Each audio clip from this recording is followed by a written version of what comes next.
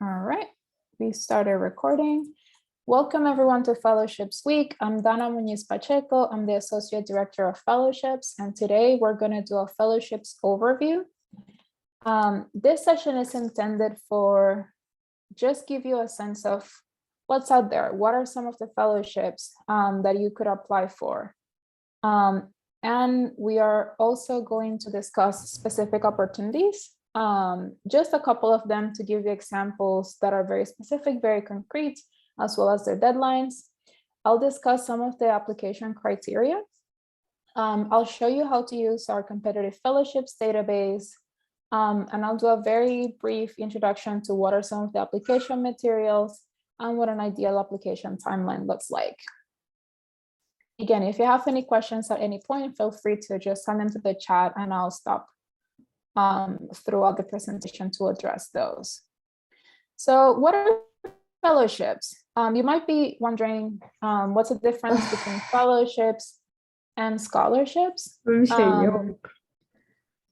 think someone, it's unmuted. Herkes sana hayran. Kim aşkı hayran oldular? Kim bu insanlar? Let's pause this for a second. Ne bahsediyorsun? Beni unutma, tamam mı? Bana da bayağı bir insan hayran, aklında olsun. Sakın ama sakın. Beni unutma.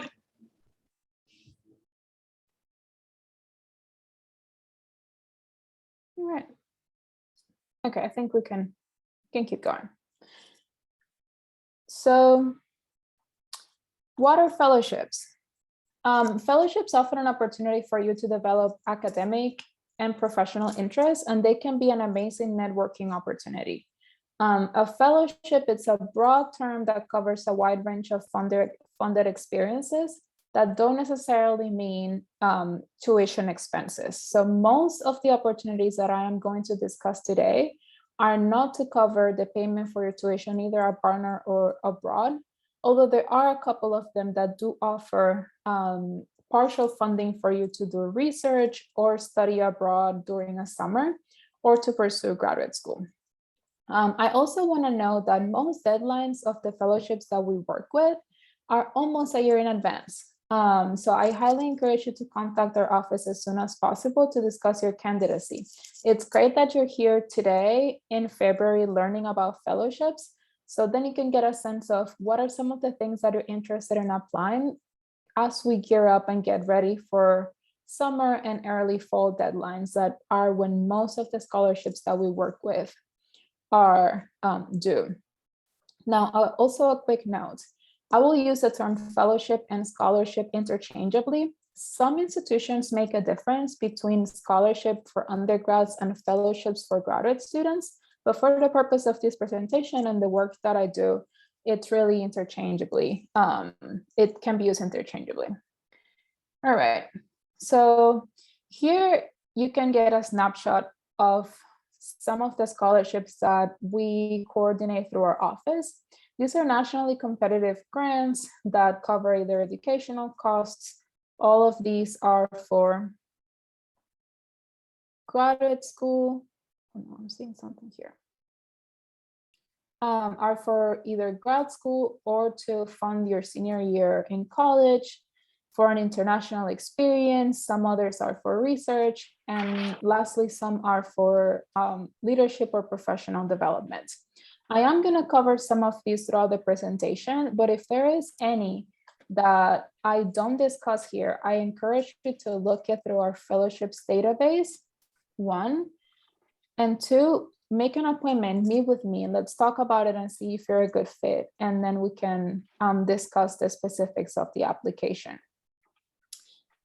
I should also know that because most of these that are listed right here are national grants, that means that you can't apply on your own. So you can go on their website, learn about them, create an application, but most of them have an internal process, which means that you have to apply for Barnard nomination or endorsement, and that comes with a different timeline. So for instance, I'm going to discuss this later on with Fulbright. The deadline is in October, but there is an internal September deadline. when we review all the applications and you go through a scrutiny process, so we can then write an endorsement letter for you for October. So before we go into all that, let's get a quick overview of what our office does and what this process is. We offer guidance to students and alumni in identifying these nationally competitive scholarships. So again, if you think you're interested in one of these, our work is to actually offer you guidance and support you in the process of deciding which are the best fit for you to apply. We provide support in developing application materials, including interview prep that many of these scholarships require. We offer individual advising sessions where I meet with you as many times as needed. We review your essays, we brainstorm about your application, and so on. And we also offer a series of workshops on how to develop application materials and such. I think there is someone that's not muted. I need to please ask you to make sure that you're muted because there's a little bit of background noise. Thank you.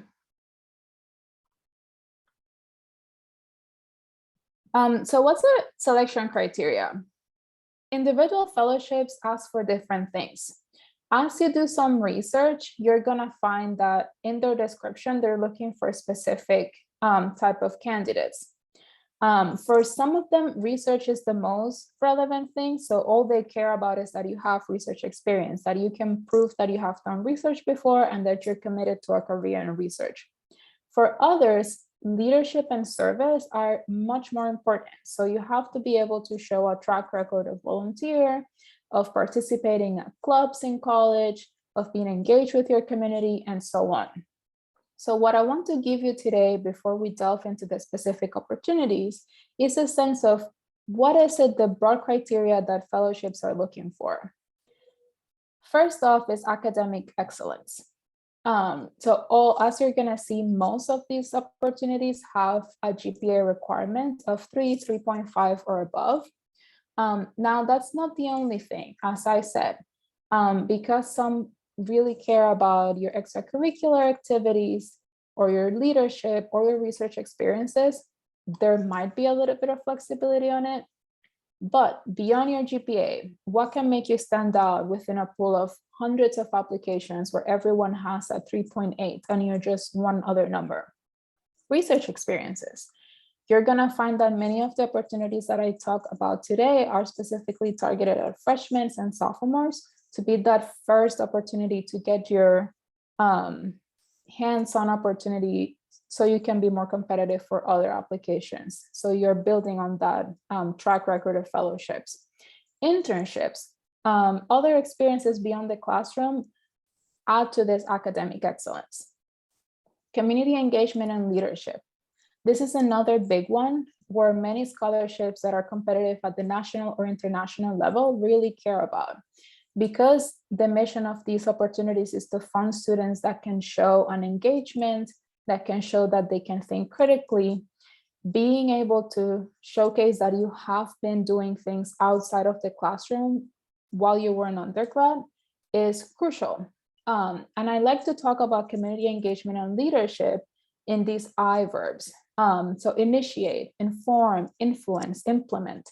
It's not only about being the president of the student club or being the president of the student government, but what is it about your work there that makes you stand out? What is an initiative that you have taken part of? What is a campaign that you have launched to inform about a specific issue? What influence have you made within the student body? Or what sort of initiatives or programs have you been able to create or implement in your time in that position? Communication skills. This is fundamental in this process. All of the applications that I'm gonna discuss today have a written component. You're gonna have to write a personal statement. You're gonna have to write a statement of purpose or a research statement. And many of them also have an interview component. So what can you do throughout your career at Barnard to be better prepared to face this? You certainly don't want to be at the Rhodes interview panel and this being your first time speaking in public. You can certainly participate in conferences. All disciplines have some sort of professional association that you can take part in. and that you should definitely use to your advantage. Present, talk in front of your peers, use student clubs to get that practice speaking with public speaking. You can also publish your work, find the specific opportunities, again, within your major, within your department, that you can put your work out there and exercise those writing skills outside of the assignments within the classroom. Again, I think someone's unmuted. Please make sure that you're muted when you enter the session.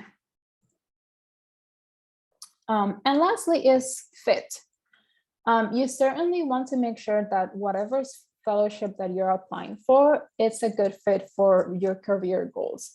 A good example that I like to always give in these presentations is about the Goldwater. This is a scholarship that provides funding for your junior and senior year of undergrad. And they're really looking for people that are interested in a career in research within STEM. So that means that you are committing your career to doing some sort of research. It doesn't have to be in academia, but it has to be either through a hospital or a research institute. Now, if you're in STEM, you have all the other selection criteria for the scholarship, but you really want to go to med school. This is not a good fit for you. So that's why it's important that you reach out, that you meet with us, that we explore the specific opportunities and the specific trajectory that you're seeking to continue, so we can find the fellowships that fit that. With that said, let's go very quickly over the application materials. All of the scholarships that I'm going to discuss have a personal statement. A well-crafted statement is going to take many, many drafts. You need to give yourself at least 2 months before the internal or external deadline. And this is, anyone that has met with me before knows that I am a broken record about it. The personal statement can be tricky because this is your opportunity to tell your own story. Whichever fellowship has a personal statement component, they're asking for you to share what is it that makes you unique? What is it about your trajectory, about your interests that fits within the foundation meaning, mission and vision. So this is not something that you can pull out of your sleeve the weekend before the deadline. It's something that you need to work on, that you need to revise, and that you need to get feedback on. Lastly, there are going to be other requirements like a resume. Some scholarships are going to ask for a research statement or a statement of purpose. And those are things that we also support you in developing. But the other thing that stands out about these applications are recommendation letters.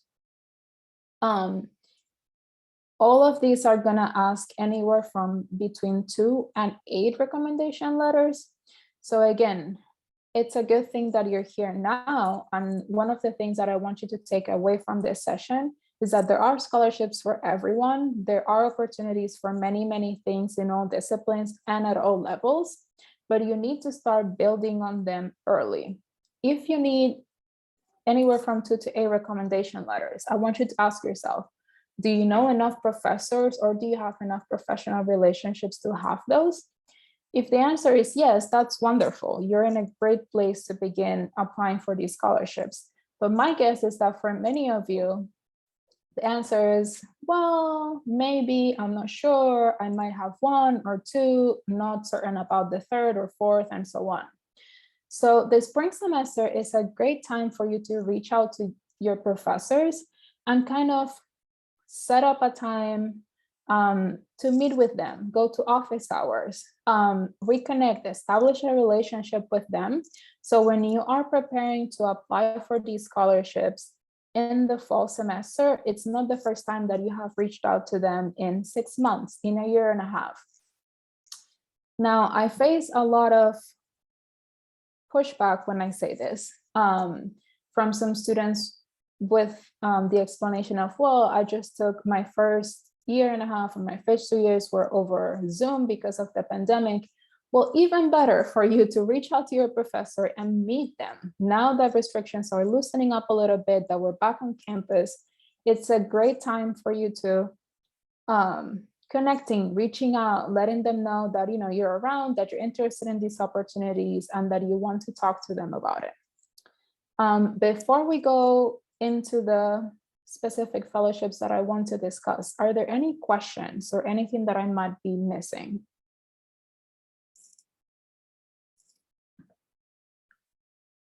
All right.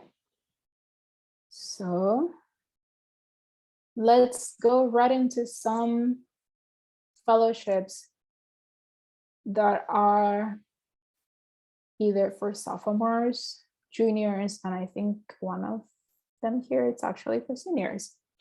So the Boren Awards, both Boren and the Critical Language Scholarships, which are the first two in this slide, are programs that are funded by the Department of State. They were created or strengthened right after 9/11, and they were created under the premise that there's not enough people that work for the State Department that speak critical languages that are not typically taught here in the US. So think outside of Spanish, French, Italian, those type of languages that you can basically learn in school or learn through college.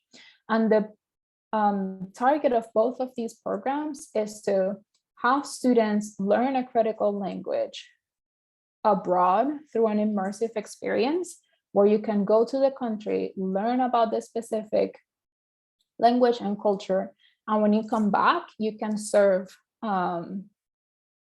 to the government employing that language for issues that are critical to the US, either security or US interests.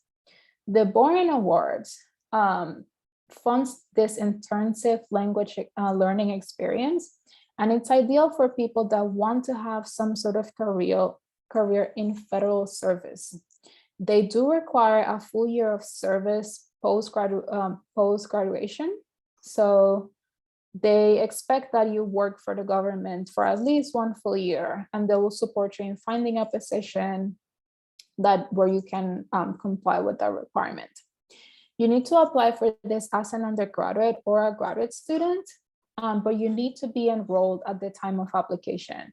So this is ideal for people that are either in their sophomores or junior year and you want to study abroad that next year. The longer you plan to be abroad, the more competitive you're going to be. So let's say that you're a sophomore now and you want to, well, deadline just passed for this a few weeks ago. But if you're a sophomore, if you're a freshman now, you could apply for this as a sophomore to go abroad in your senior year. You will apply for it in February to go either over the summer and fall and spring, or spring and summer. It's a greatly generous grant. It will cover tuition and a small stipend for you to live abroad. Again, and the public service requirement, it can actually be a gateway for you to work in the government if that's something that you're interested in doing in long term. The Critical Language Scholarship has a deadline in November, so if you're interested in it, now is the time to start thinking. Differently from Boren, it's an immersive 10-week summer program. So as opposed to being there for a full 6 months to a year, you just go there for the summer. And you can apply for this as an undergraduate or graduate student. Boren is more flexible in the languages that you can propose to learn. The Critical Language Scholarship has a list of 10 to 12 languages that they offer every year. The Gaylor Junior Fellows Program offers the opportunity for you to work for a year with a senior fellow in an area of the Carnegie Endowment for International Peace in Washington. And you serve as a research assistant to senior Carnegie associates, which are academics, former government officials, lawyers, journalists from around the world, and it's in a variety of international affairs issues. This can go anywhere from migration and local or international politics to issues of, I don't know, physics or mathematics. In their info session a few months ago, they actually had a panelist who had a physics major as an undergrad and a master's in either physics and mathematics or something of that kind. And they were actually working as an advisor for public policy in matters of nuclear security. So think very broadly. These are all opportunities for all majors and disciplines. They're not restricted to people in the humanities or social sciences. Lastly, in this slide is the Fulbright US Student Program. I'm sure many of you have heard about it. There's a lot of buzz about it, and rightfully so. Fulbright is one of the most generous and flexible grants out there. It has a deadline in October, and it funds a year abroad post-graduation. So you apply for this as a senior, and you can do a variety of things. You can obtain a master's degree in a series of countries that are offered. You can teach English pretty much anywhere that's not an English-speaking country, or you can conduct independent research. Fulbright participates in over 140 countries. So again, you can go pretty much anywhere in the world. You apply as a senior or recent grad, and it requires a campus evaluation. So this is one of the scholarships that if you're interested in, now is the perfect time to start thinking about what sort of thing would you like to do and where would you like to go. If you're interested in learning more, I will share information because we are going to be hosting Fulbright Week in the week of March 22nd, where we'll offer a few in-depth sessions about the application process, how to start crafting your essays, and how to reach out to faculty. So before scheduling that appointment with me, wait for the follow-up information on Fulbright Week. Any questions on any of these 4 opportunities? I'm throwing a whole lot of information at you. I want to make sure that you can follow, you can keep up, and that if there's anything, you can just raise your hand or send it through the chat. All right. Audrey, you can go ahead. Yeah, I was wondering if you could just repeat whether the Gaither Junior Fellows Program is for undergraduates or is it a graduate program? It's a post-graduation experience. You apply for it in your senior year. So if you're interested in it, you should meet with me now to start working on your application to submit over the fall. Thank you. Absolutely. And I should also say, I'm going to be sending these slides at the end of the week. So feel free to take notes now, but you also have access to these. And I'll show you how to look through these opportunities in our website. So some opportunities that are specifically for sophomores, for juniors and seniors. The Truman Scholarship is an opportunity that funds up to $30,000 for a master's degree, and it's specifically for people that plan a career in public service. This is one of those really competitive scholarships that are seeking change agents that have a track record of leadership, volunteer experience, and that can show that they are committed to changing the world, quote unquote. You can only apply as a junior. So if you're a sophomore now, and you think you fit the bill, or you think you want to apply to this, now's the time to meet with me. It requires a campus nomination, so it means that you work with us very closely developing your application materials, and it's an excellent opportunity to fund the master's degree. The Goldwater Scholarship, it's one of the most prestigious awards for undergraduates. And as I mentioned earlier, it's specifically for students that want to pursue a career in STEM research. It does not have to be academia. You do not have to be committed to getting a PhD, but you need to be able to show that you really want to conduct research as the center of your career long-term. You can apply as a sophomore or as a junior. They have a 3.0 GPA requirements, but typically nominees have a 3.7 or above GPA. They actually expect that you have extensive research experience. Do not be intimidated by this. I will show you a couple of places where you can get that research experience in a minute. And it's a wonderful opportunity. It offers up to $7,500 annually. So that would be for your either junior and senior year or your senior year.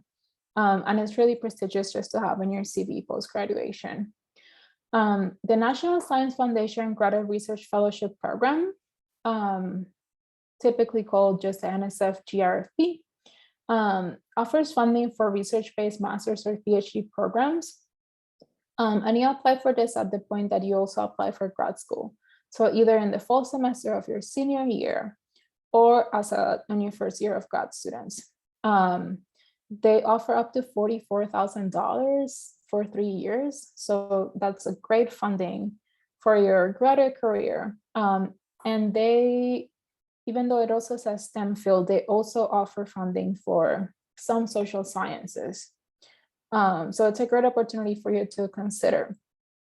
It's not uncommon for students to apply and or be recipients of the Goldwater scholarship and then go on to have an NSF GRFP for their graduation.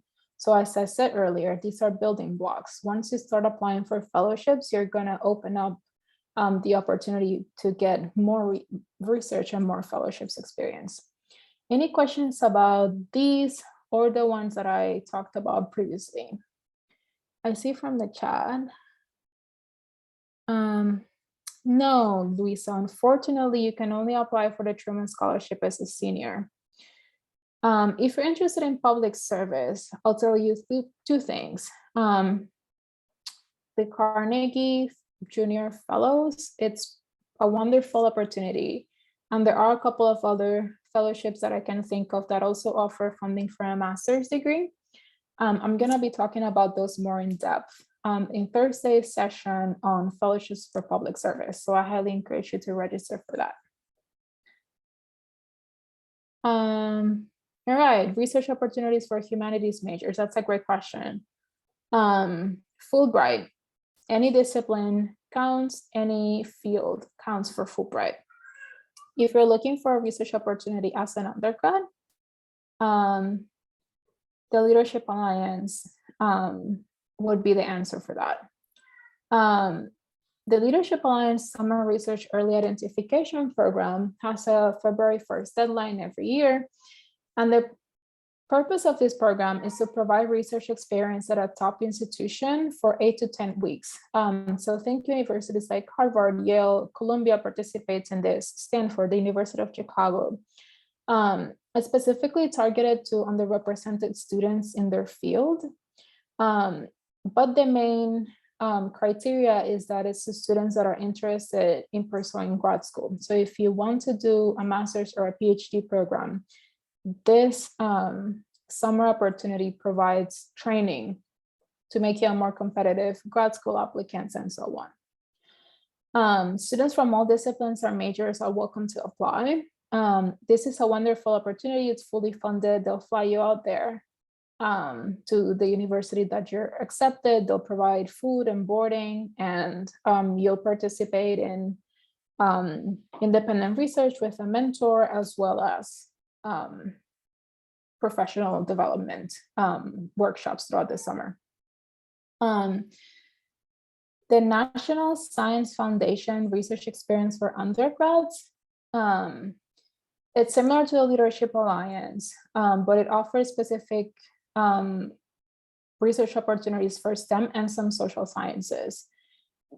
Similarly, you're placed at a top institution lab and you work for 8 to 10 weeks where you're paid a small stipend, and you work closely with a research mentor and a cohort there. The deadlines for these vary. They go anywhere from November to February. I know that some of them are still open through early March. I wouldn't encourage anyone to apply at this point. It might be too late if you're just hearing about it. But this is a wonderful opportunity for you to search for experience as an undergrad. And the Fulbright UK Summer Institute, it's a program offered by the US-UK Commission on Fulbright that offers 3 to 4 summer study experience at different UK universities. You can only apply to this as a freshman or a sophomore, and you can't have prior study abroad experience. So if you've been abroad for more than 4 weeks prior to applying to this, you're not eligible. At least you need to have a 3.7 GPA. I think that's what's listed in their website, but typically students have a 3.8 or above. Any questions so far?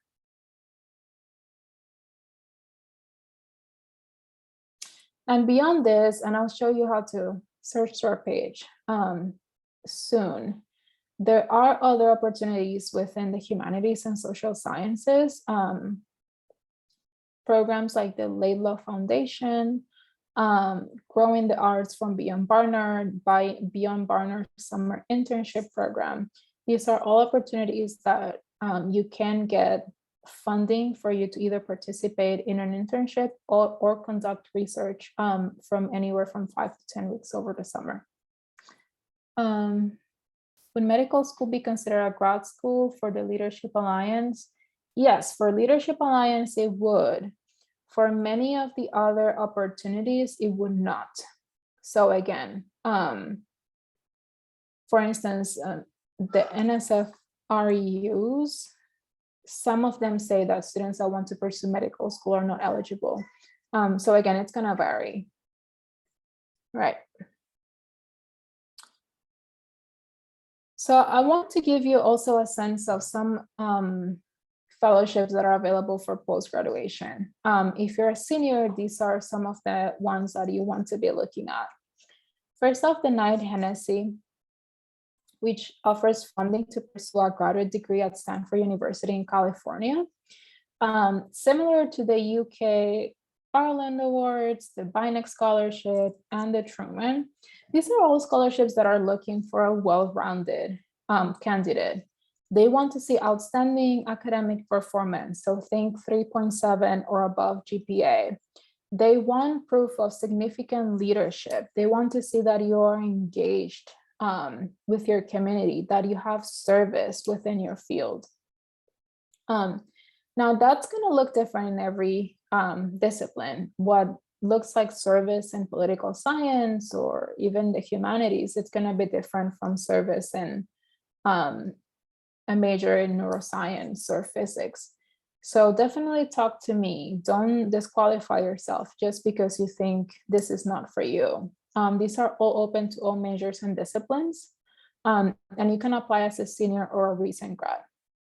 One of the most attractive things is that this is not restricted to US citizenship. They actually make the case to admit a certain number of US citizens and non-citizens. So it's a wonderful, very generous funding opportunity. The UK and Ireland Awards, which are the Rhodes, Marshall, Mitchell, and Gates. And they're all grouped together because, again, they have a very similar mission. They fund a graduate degree at different universities in the UK and or Ireland. And you need to be able to show outstanding academic performance, leadership service, community engagement, that sort of thing. Again, you apply as a senior or an alumna, and the Gates does not restrict by citizenship either. The Binex Scholarship funds a master or PhD for students that want to pursue a career in research in the arts, humanities, and social sciences. So Claire, this might be for you. You apply for this as a junior, and it does require campus nomination. So certainly reach out to us if you're interested in applying for this. Any questions or anything that's not clear so far?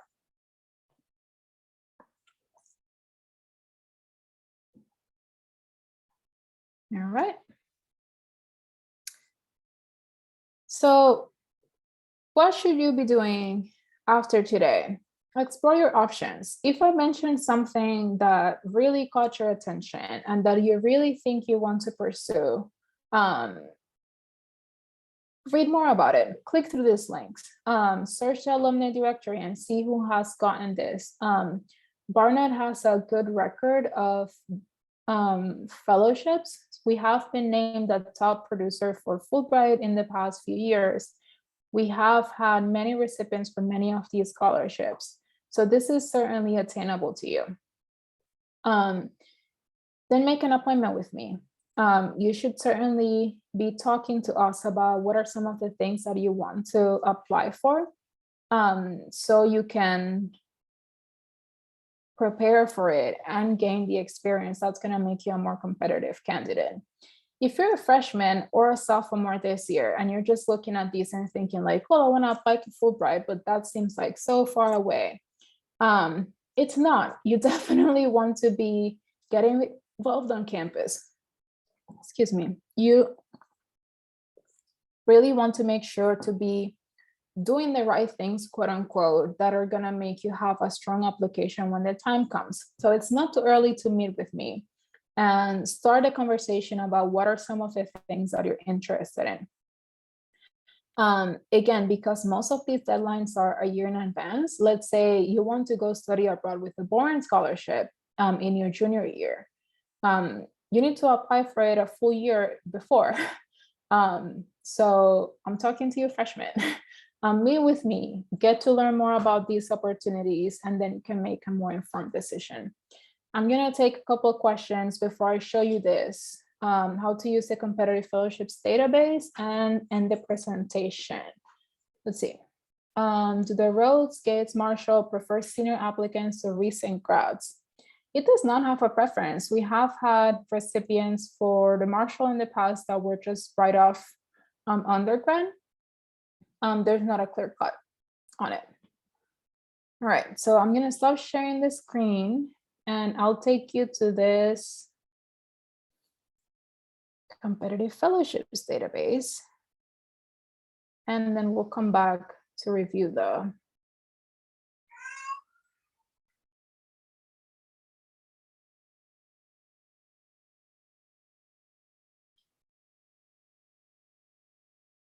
application timeline. Bear with me just 1 second. Okay, so I want to take just a minute or two here for you to see this is what the competitive fellowships database looks like. What is really amazing about it is that you don't have to scroll all the way down, although you can see here, most of the opportunities that I talked about today are right on this first page, right? But if you use this filter function on the left side, you can actually look through the specific opportunities. So let's say you want to search for a research experience. You can just click research and filter fellowships. That's going to give you the ones that offer funding for research experiences. Now, you want to do research, but you want to do it abroad, and you really think you want to go to Europe. You can even filter it more. And it's going to continue giving you a shorter and shorter list, so you can explore only the fellowships that you're interested in, and you're not just scrolling to scroll. You can even filter by the deadline. You can filter by specific identities or considerations. You can search by the program length. So if you want to do just like a 1-year fellowship, or you just want to do like a short term, you can click through all of these and it's going to give you what's available out there. Any questions about the competitive fellowships database? So here's what I'll do. I'm going to put this in the chat so you can open it, and it will be, again, the link will be available when we send out these slides. All right, so let's stop sharing here and we'll go back to the PowerPoint.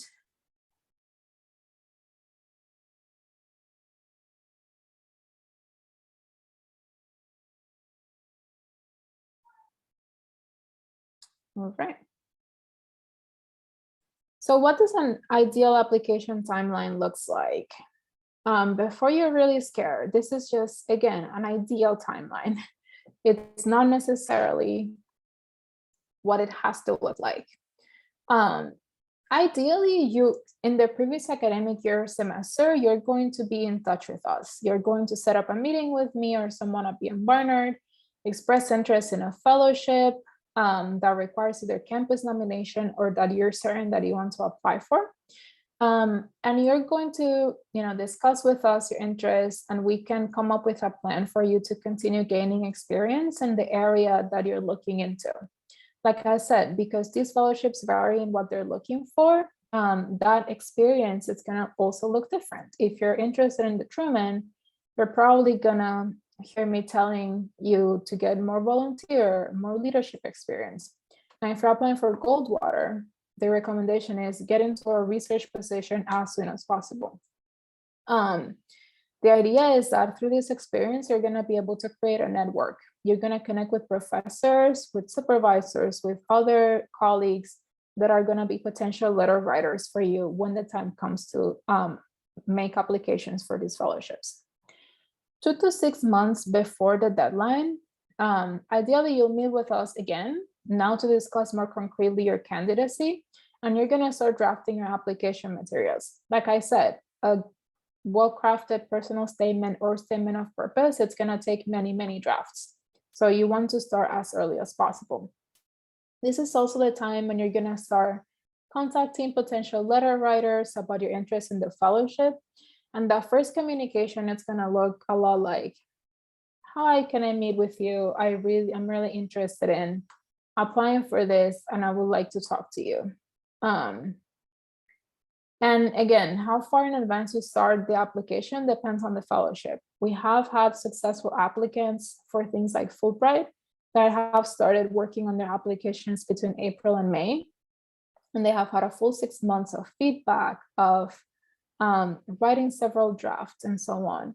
And we have also had applicants that have started 6 weeks before the deadline, which is not recommended. And they have also been successful.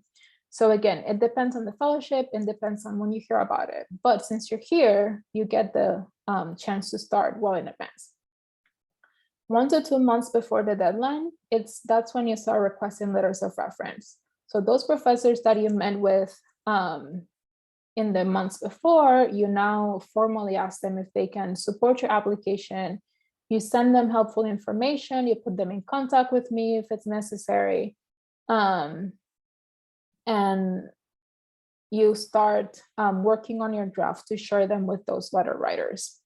They might or might not be providing you with feedback, but you certainly want them to have the materials as they're working on your recommendation letters. If the fellowship has an institutional review, this is when it's going to happen. Fulbright, Rhodes, Marshall, the UK awards have an internal process. So that's when you're going to come in for an interview and we'll provide with more feedback for your application. 2 weeks before the deadline, this is time for reminders. You're going to distribute a new revised draft of your application with letter writers and remind them about the deadline. You're going to meet with us to review almost final drafts. This is when you request academic transcripts and fill all the small, short essays, demographic questions on fellowship applications. The week before the deadline, this is when you seek feedback on the final drafts and make very last minute adjustments. And I always recommend everyone to submit the day before the deadline. Platforms like Fulbright and Goldwater are well known for having glitches on the day of deadlines. So I always encourage everyone to have their application ready to go the day before and just go ahead and submit it. All right, so that almost concludes my presentation. Right on time to have a few minutes of questions. I'll give you a minute to send those through the chat. And if you're interested in learning about these and other fellowships, there are 3 more opportunities for you. Tomorrow, Wednesday at 1 p.m., I'm going to offer a session on fellowships for STEM students.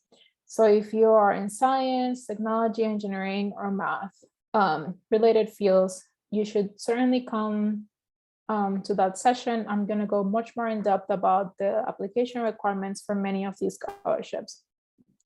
If you're interested in fellowships for public service, then there's a session for you on Thursday at 1 p.m. And this is open to all majors and disciplines.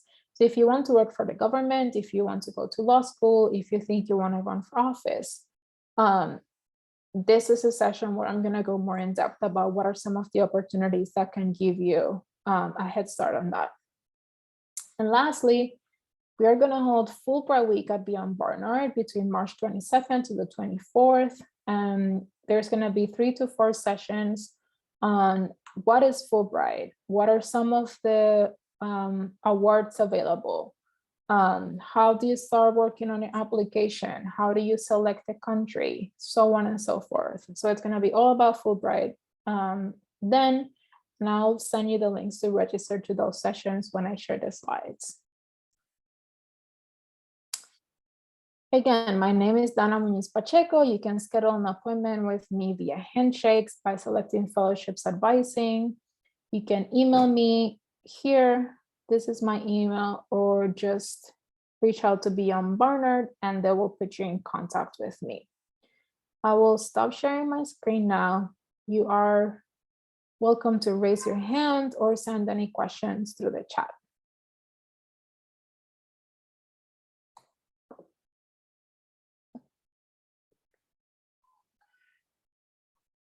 All right. Well, thank you to everyone for joining us here today, and I hope to see you soon. Take care.